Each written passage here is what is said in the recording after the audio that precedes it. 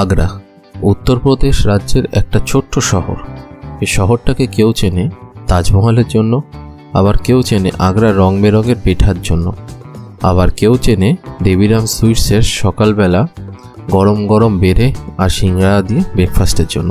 আমরা আজকে তোমাদের সঙ্গে শেয়ার করতে চলেছি এই সমস্ত এক্সপিরিয়েন্স আগ্রার। যারা ভিডিওটা প্রথমবার দেখছো তাদেরকে রিকোয়েস্ট করব আমার এই সিরিজের আগের ভিডিওগুলো দেখার জন্য, এবং যারা এই চ্যানেলে প্রথমবার এসেছো তাদের সকলকে 1 মিলিয়ন মেমোরিজ চ্যানেলের তরফ থেকে স্বাগতম জানাচ্ছি এবং রিকোয়েস্ট করছি একটা লাইক দিয়ে চ্যানেলটাকে সাপোর্ট করার জন্য। এই ভিডিওতে তোমরা জানতে চলেছো দিল্লি থেকে ফতেহপুর সিকরির আমাদের জার্নি। দিল্লি থেকে আমরা আগ্রাতে কিভাবে এসেছিলাম এবং আগ্রাতে আসতে কিরকম খরচা লাগে, এবং আগ্রার থেকে ফতেহপুর সিকরি যেতে গেলে কিরকম খরচা লাগে এবং তার কি মাধ্যম রয়েছে, এবং তার সঙ্গে আগ্রাতে হোটেলের রেন্ট কত, এই সমস্ত কিছু এই ভিডিওতে তোমরা জানতে চলেছো।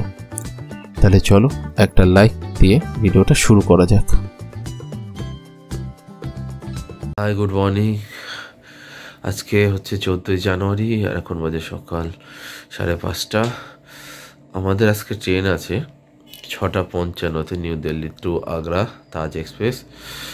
এই এখন উঠা হয়েছে, বাট বিছানা ছেড়ে যেতে ইচ্ছে হচ্ছে না, এত ঠান্ডা লাগছে। দিল্লির ঠান্ডা, মানালির ঠান্ডাটা একটু অন্য টাইপের ছিল, সেটা একটু কাঁপিয়ে দেওয়ার ঠান্ডা ছিল, বাট এটা জানি না, এটা একটু আলিশ টাইপের অলস টাইপের ঠান্ডা মনে হচ্ছে। এখানে একটু চাদরটা জড়িয়ে নিয়ে শুয়ে থাকি, কি করব, যেতে তো হবে, একটু চেষ্টা চলছে ওঠানো। চলো একেবারে বেরিয়ে দেখা হবে। তার আগে না আমাদের পুরো লাগেজ ফ্যাগেজ পুরো কমপ্লিট, জাস্ট রেডি হবো আর বেরিয়ে যাব। আমাদের এখানে থেকে বেরোনোর হিসাব আছে 6টার দিকে, হোটেল ছাড়ার হিসাব আছে। আমাদের 1-2 কিলোমিটার মধ্যেই স্টেশন রয়েছে, দেখা যাক কতক্ষণে পৌঁছায় আর কখন বেরোই। এখন বাজে 6:50। এই যে পেছনে হচ্ছে আমাদের তাজ এক্সপ্রেস, যেটার টাইম হচ্ছে 6:55, আর ইয়েতে আগ্রাতে ঢুকানোর টাইম হচ্ছে 9:35। তো স্টেশনের একদম D1 বগিটা পেয়েছি, সরি আমাদের এই ট্রেনের D1 বগি একদম সামনের দিকে ট্রেনটা, এই যে একদম স্টেশনের সামনে। ওই পেছনে আমাদের ওভারব্রিজ ছিল, ওভারব্রিজ থেকে নেমে এখানে আস্তে আস্তে পুরো অবস্থা টাইট হয়ে গেছে। এখন আমরা উপরে জাস্ট লাগেজটা রেখে ট্রেনে বাড়িতে আসার টাইম পেলাম। তো 6:55 ছাড়বে। পেছনে আমাদের টিটি স্যার দাঁড়িয়ে আছেন অপেক্ষায় বিনা টিকিটে যাত্রীদের ফাইন করার জন্য। আর সকালবেলা তো টুকটাক একটু ভিড় আছে নিউ দিল্লি স্টেশনে। এখন দেখো কটা বাজে, 6:51। দিল্লিতে এখনও অন্ধকার। এইসব করে যদি আমাদের পশ্চিমবঙ্গের কথা ভাবলি তো এতক্ষণ তো পশ্চিমবঙ্গতে আলো হয়ে যায়। হ্যাঁ, কুয়াশা আছে এখানে, সকালে সকালে ঠান্ডাও লাগছে। তো দেখা যাক দিল্লিতে সূর্যটা ওঠে কখন, বোঝা যাবে সেটা। আমাদের বাড়ির ওখানে তো একদম সকাল 6টা থেকে 6:30টার মধ্যে কমপ্লিট করে সূর্য উঠেই যায়। চলো একটু বাদে তোমাদের ভেতরের সিনটা দেখিয়ে দিচ্ছি, ভেতরে কামরা কেমন, আমাদের কোথায় সিট পেয়েছে। এটা হচ্ছে সিসি কোচ, এসি কোচ হচ্ছে এটা। সিটগুলো যথেষ্ট ভালো, অনেক নিট অ্যান্ড ক্লিন। সিটগুলো যথেষ্ট হাই কোয়ালিটি। এখানে একটা হালকা একটা স্মেল আছে, মানে সুন্দর স্মেল আছে, ভালো লাগছে। এখানে চার্জিং পয়েন্টও রয়েছে এখানে। দেখা যাক আমাদের 2 চেয়ার কারে চার্জিং পয়েন্ট দিয়েছে কিনা। ভালো, অনেকটা ক্লিয়ার। এখানটাতে সুন্দর একটা লাইটিং রয়েছে, আমাদেরটা তো রয়েছে, বাট কেমন আমাদের কোচটা রেখে দিচ্ছি। আমাদের এখানে সব বাবা আদমের জামানার পাখা, আগেকার টাইমের সিট। হ্যাঁ, আমাদের এখানে চার্জিং পয়েন্ট রয়েছে।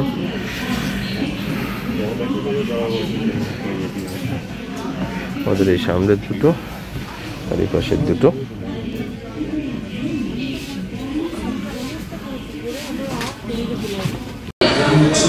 এখন বাজে সকাল 11:46।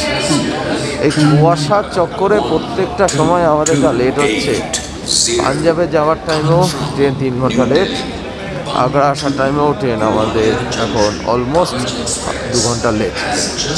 এখন বাইরে যাওয়া হচ্ছে, বাইরে গিয়ে দেখছি ট্যাক্সি ফ্যাক্সি নিয়ে ইস্ট গেটের দিকে যাওয়ার ইচ্ছা আছে। এবারটা দেখি কতক্ষণে পৌঁছাই। এখান থেকে বেরিয়ে আছে আমাদের গভর্নমেন্ট অফ রেলওয়ে পুলিশের প্রিপেড বুথ। এখানটাতে কোথা থেকে কোথায় যাওয়া হবে সে অনুযায়ী রেট চার্টগুলো দেওয়া আছে, ট্যাক্সির প্রাইস ফেয়ার ওয়াইজ সব কিছু দেওয়া আছে, ফিক্সড প্রাইস।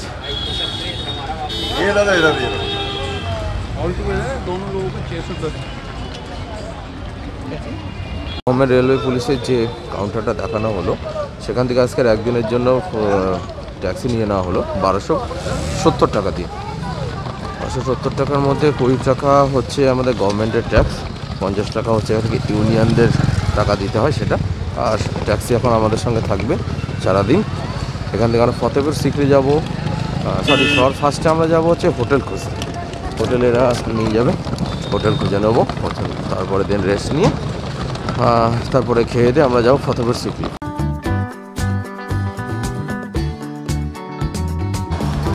এই হচ্ছে রুম, এখানে একটা আলমারিও রয়েছে, টিভি রয়েছে, এখানে এরকম একটা কাঁচ পর্দা দেওয়া আছে। এখানে সুন্দর ব্যালকনি ট্যাক্সি আছে, জানি না এটা এদের সঙ্গেই কিনা না, ওটা আলাদা কোনো বাড়ির ঠিক আমার আইডিয়া নেই।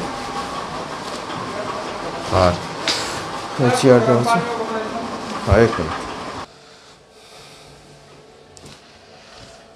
বিছানাটা সুন্দর আছে,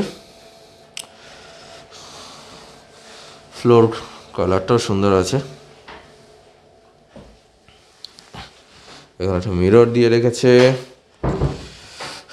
মানে এলইডি টিভি, একটা আলমারি, আমার এটা এন্ট্রি।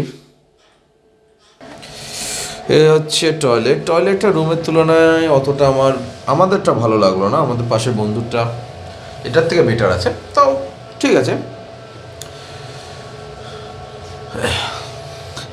এই রুমটার অ্যাকচুয়াল রেট ওরা বলছিল সিঙ্গেল অকুপেন্সিতে 2000, ডবল অকুপেন্সিতে 2400, বাট আগ্রা এখন টোটালি ফাঁকা, তো সেই কারণে এই রুম রেন্ট এখন আমাদের পড়লো 1600 টাকায় উইথ জিএসটি। এখন বাজে দুপুর 1:40, আমরা এই হোটেলে ঢুকেছিলাম তখন বাজে 1:45। তো জাস্ট ফ্রেশ হয়ে স্নান টান করে নিয়ে রেডি হয়ে গেলাম। এখন আজকে যাওয়া হবে ফতেপুর সিক্রি। গাড়িকে বলে দেওয়া হয়েছে চলে আসবে, এখান থেকে নাকি 1 ঘন্টা টাইম লাগে। তো এই দেবীরাম সুইটসেরই হোটেল এটা। তো দেবীরাম সুইটসের ওখানে একটু গিয়ে দেখছি ওদের যে স্পেশাল যে খাবারগুলো আছে, বেড়ে কচুরি কুচাচো এরকম আছে, জিলিপি টিলিপি থাকা, হয়তো দেখবো, খেয়ে দিয়ে দুপুরে লাঞ্চ টাঞ্চ করে চলে যাবো ফতেপুর সিক্রির জন্য। দেখা যাক ফতেপুর সিক্রিতে কখন পৌঁছায়, কী কী দেখতে পারি। এই এখন বেরোনো হবে। এটা হচ্ছে আগ্রার বিখ্যাত দেবীরাম সুইটস। এই দোকানটা লেট শ্রী দেবীরাম আগরওয়াল 1960 সালে তৈরি করেছিলেন। তখন থেকে এই দোকানটা এখনো পর্যন্ত সে একই রকমই সুনাম পেয়ে যাচ্ছে। এই দোকানে মেনলি ফেমাস যে জিনিসটার জন্য সেটা হচ্ছে বেড়ে আর সিঙ্গারা জিলাপি, যেটা মেন সকালের ব্রেকফাস্ট। তো দুপুর 12টা পর্যন্ত বেড়ে পাওয়া যায়। আমরা অনেকটা লেটে এসেছিলাম, সেখানে আমরা বেড়ে পাইনি, আমরা সিঙ্গারা খেয়েছিলাম। পুদিনা চাটনির মতো, নিচে একটা মিষ্টি চাটনি আছে। 1 মিনিট দেখাচ্ছি। এই আলু ভেতরটা যে দেখতে পাও একটু কালো কালো মতো আলু আছে, কালো কালো মতো আছে। এই যে আলু ভেতরটা পুরো কালো কালো, তো মানে চোকলা থাকে, চোকলা আমাদের ওখানে যেরকম চোকলা পাওয়া যায় না, এটা পুরো চোকলা সমেত আলু সেদ্ধ করে। চাটনিটা খুব সুন্দর।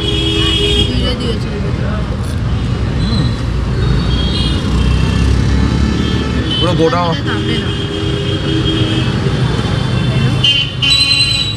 গোটা মশলার টেস্টটা পাওয়া যায়।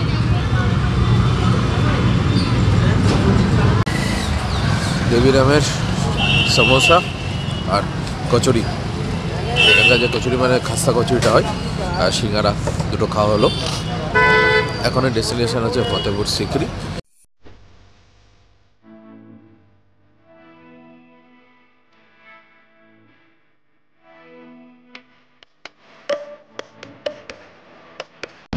ফতেপুর সিক্রি যাওয়ার পথে আর 9 কিলোমিটার বাকি। এখানে ধাবাতে আসা হলো হালকা পাতলা কিছু খাওয়ার জন্য, কারণ ফতেপুর সিক্রিতে 2-3 ঘন্টা তো টাইম লাগে। আর এখানে একটু হালকা পাতলা কিছু খেয়ে দেখে একদম পার্কের মাঝখানে আমাদের বসার জায়গা, রোদের মধ্যে। ওপাশে একটা আছে, এখানেও আছে, যথেষ্ট পরিষ্কার পরিচ্ছন্ন। এই পাশেই হচ্ছে আমাদের সোজা জয়পুর যাওয়ার রাস্তা, দিল্লি রাজস্থান রোড। আর 200 কিলোমিটার মতো গেলে জয়পুর চলে যাওয়া যাবে। আর এখান থেকে 9 কিলোমিটার দূরে। হ্যাঁ, কারণ যা ঠান্ডা, বাইরে বসে খেতেই মনটা চাইছে। ওয়াও, কত লঙ্কাটা খেয়ে নাও তাদের ঝমঝম করে। আমার অন্তরাকে বললাম, অন্তরা এক্ষুনি খেয়ে নেবো লঙ্কাটা। ও তাড়াতাড়ি দিতে বল। খাও, খেয়ে খাবার লঙ্কা খাও, খেয়ে নাও, খেয়ে নাও, খেয়ে নাও। এই ওকে একটু বলো না তাড়াতাড়ি খাবারটা দিতে। আমরা যে হোটেলটাতে গেছিলাম সেটা নিরামিষ হোটেল ছিল। ওখানে মেনলি সবাই দেখছিলাম নিরামিষই প্রেফার করে, নিরামিষটা খায়। আমি সদাটা কেউ খাচ্ছিল না, তো একটা পনিরের আইটেম অর্ডার করেছিলাম আর একটা মাশরুমের ছিল, তার সঙ্গে প্লেন ভাত আর মাকাইয়ের রুটি ছিল। খাবারের টেস্ট যথেষ্ট ভালো ছিল আর দামটাও রিজনেবলই ছিল ওখানে। লাঞ্চ কমপ্লিট করে 20-25 মিনিটের মধ্যে আমরা পৌঁছে গেলাম আগ্রা গেটে। এই যে সামনে দেখতে পাচ্ছ, এটা হচ্ছে আগ্রা গেট। এখানে প্রত্যেক শুক্রবার সম্রাট আকবর এখানে নামাজ পড়তে আসতেন, আর এইটা উনি কখনোই মিস করেননি। প্রত্যেক শুক্রবার করে এখানে আসতেন। এবং আগ্রা গেটটা পার করে ডান দিকে ওই যে ছোট্ট ঘরটা দেখা যাচ্ছে, এটাই ছিল সেই টাইমের টাকশাল। এখানে সেই টাইমের টাকা তৈরি করা হতো। এই ছোট ঘরটা এখন ধ্বংসাবশেষই রয়েছে। আর আমরা ফতেপুর সিক্রি ঘুরে ফিরে আসার সময় আগ্রার দিকে আমাদের গাড়ির ড্রাইভার একটা পেঠার দোকান আমাদের নিয়ে গেছিলো। এখানে ভ্যারাইটিস টাইপের পেঠা আছে এবং সেগুলোর আলাদা আলাদা সেপারেট দামও রয়েছে। তার দামের এমআরপি কোনটার কত দাম আছে সেই চার্টটা আমি এখানে দেখিয়ে দিচ্ছি। পেঠা বলতে গেলে মধ্যে কথা আমরা বাঙালিরা যেটাকে মোরব্বা বলি, ওখানে তারা তাকে মুখ পেঠা বলে। আমরা এক ধরনের মোরব্বাই খাই। এখানে অনেক রকম স্বাদের আছে।